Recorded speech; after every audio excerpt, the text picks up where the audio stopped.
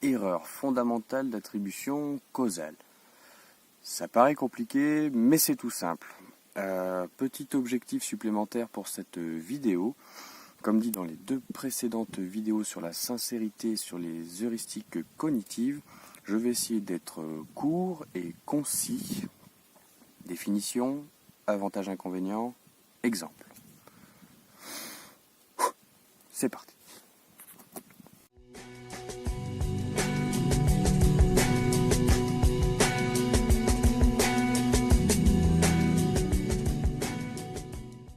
Et bonjour à tous. Aujourd'hui, au menu, l'erreur fondamentale d'attribution causale. Alors, qu'est-ce que c'est? Donc, ça fait partie des biais de jugement. Et plus précisément, on va expliquer comme ça, c'est une erreur de base dans l'attribution de cause lorsqu'on émet un jugement sur une personne, une situation, une idée, un concept, etc. Les causes dans les suites d'études qui concernent l'attribution causale, l'erreur fondamentale d'attribution causale, vont être réparties en deux catégories. Une, la disposition, deux, la situation. Donc une erreur fondamentale d'attribution causale dispositionnelle ou situationnelle, on étudie les deux. Donc la disposition, ça va être tout ce qui a trait à la personne. La disposition, ce qu'elle est, ce qui la caractérise, ce qui la concerne. La situation, c'est la situation, l'environnement, les critères extérieurs à la personne. Voilà, ça c'est pour une définition le plus concis possible. Les avantages de ce mécanisme, donc c'est un mécanisme basé sur les heuristiques cognitives, donc il sert à économiser des ressources et à produire un comportement qui soit le plus rapide possible et le plus efficace possible. Donc produire un comportement ou un jugement d'ailleurs. Les inconvénients. Le résultat de ce mécanisme est incomplet. C'est-à-dire que pour qu'il soit complet, il faudrait qu'il prenne pleinement en compte à la fois la disposition, la personne et la situation, les deux. Donc en gros, il s'agirait d'avoir une connaissance parfaite et précise de la personne, ce qui de base est impossible, et de la situation, ce qui paraît très compliqué, voire impossible. Donc c'est un mécanisme qui est forcément incomplet, mais c'est normal. Autre inconvénient, c'est le déséquilibre, si le jugement est fait sur soi ou sur autrui. Donc à savoir, quand on va juger une situation dans laquelle on est, quand on va juger un comportement que l'on a ou une idée que l'on a, si cela se rapporte à soi, on va avoir tendance, si ce qu'on juge est positif, à l'attribuer plus positivement, dans de plus grandes proportions, se l'attribuer personnellement. Et si la chose est plutôt négative, on va avoir tendance à l'attribuer plutôt à l'environnement. Et c'est l'inverse qui se produit quand ça concerne les autres. Quand ça concerne les autres, si c'est positif, on va attribuer ce qu'ils produisent, comportement ou jugement, à l'environnement. Et si c'est négatif, on va avoir tendance à l'attribuer plutôt à leur disposition, à ce qu'ils sont. Donc on voit déjà le déséquilibre et les effets néfastes que cela peut avoir. Donc cet inconvénient est de taille. Ce qu'on peut voir, c'est qu'à la fois ça peut freiner le développement personnel, si soi-même, quand il nous arrive quelque chose de négatif, on attribue cette cause plus à l'environnement qu'on ne le devrait et moins à soi. Où est le travail personnel dans tout ça? On peut pas, comment dire,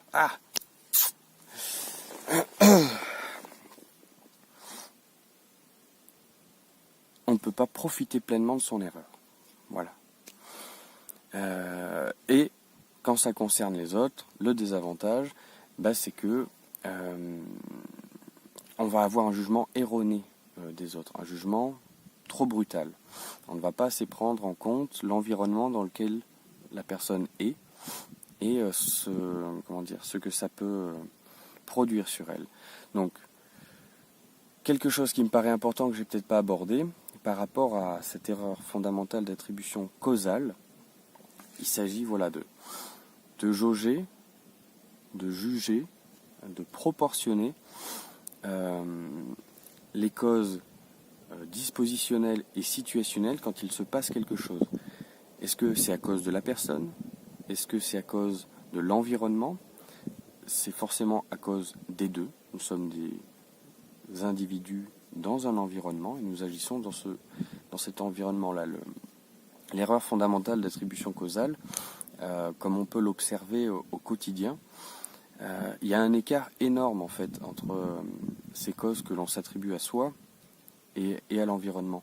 Je pense que quand on fait des études de psycho ou quand on s'intéresse un peu à ces domaines, on voit à quel point l'environnement a un impact énorme sur les personnes. Je vais m'arrêter là pour ce qui est des avantages, inconvénients, et je vais passer à l'exemple, ce sera peut-être plus parlant. Je voulais prendre pour exemple une agression dans la rue. Donc ça vous est peut-être déjà arrivé à vous, ça vous est peut-être déjà arrivé autour de vous, ou vous avez peut-être vu cela dans des vidéos. La situation, l'exemple est, une personne se fait agresser dans la rue et on voit les gens autour qui marchent et qui ne s'arrêtent pas. Donc là, immédiatement, personnellement, on va se dire quelque chose du style « mais c'est injuste, c'est immonde, les gens sont immondes, comment c'est possible? Moi, dans cette situation, je ferai ceci, je ferai cela. » Donc là, on voit que la situation se produit et on va avoir tendance à juger de manière défavorable les personnes qui produisent ce comportement-là, sans pour autant prendre en compte l'aspect situationnel. Par exemple, situationnel, en psycho, on va étudier la diffusion des responsabilités. On peut voir que quand il y a un groupe de personnes, si certaines personnes ne font pas un premier pas, n'amorcent pas un jugement, n'amorcent pas un comportement, les autres personnes autour vont se conformer à cette inaction vis-à-vis de la situation. Ou cette action, les phénomènes de foule, ça marche à l'inverse. L'idée, elle est que sans connaître ce type de mécanisme, si on est à l'extérieur, qu'on ne fait que voir ça de loin, on ne le comprend pas. Par contre, si l'inverse se produit, on est dans cette situation-là et on ne va pas agir. Quelqu'un se fait agresser et puis on n'agit pas. En fait, on va automatiquement transformer tout ça. On va se dire, oui, mais la situation était telle, j'avais peur si je m'engageais, j'avais peur pour la personne qui m'accompagnait, je voulais pas rentrer dans le conflit. Et on va essayer d'expliquer de manière plus approfondie dans la situation. Voilà, il y a une personne à côté de moi, il y avait un risque que j'allais pas y aller. Mais la personne ne va pas se remettre en question en disant oui, je suis un être humain et dans une situation de groupe, il y a une diffusion des responsabilités, un conformisme aux actions du groupe. Voilà, ça c'est le côté dispositionnel qui va complètement être mis de côté. Donc, c'était un exemple, j'ai l'impression que je vais trop vite, je voulais faire court, c'est déjà pas court du tout, mais je suis déjà content d'avoir fait définition, avantages, inconvénients, exemple.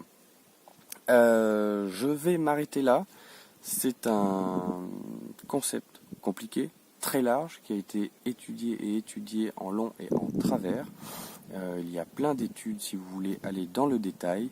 Moi, ce qui m'intéresserait, c'est de vous poser un petit défi. Un petit défi de réflexion, d'observation.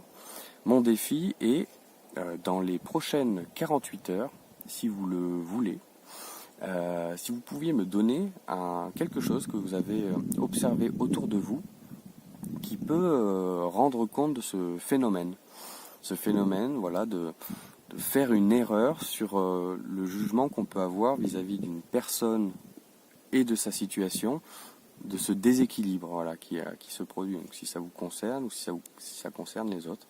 C'est un exercice qu'on peut faire évidemment en sincérité, parce qu'il s'agit d'aller quand même s'attribuer des fois des comportements ou des pensées qu'on n'aimerait pas se voir attribuer. Et il s'agit aussi de relativiser les comportements d'autrui. Donc voilà, je vous propose ce petit défi de me raconter une anecdote dans les prochaines 48 heures sur votre expérience de l'erreur fondamentale d'attribution causale. Je m'arrête là, c'est parti. C'est fini plutôt. Je vous souhaite une bonne journée, plein de bonheur à vous et à la prochaine.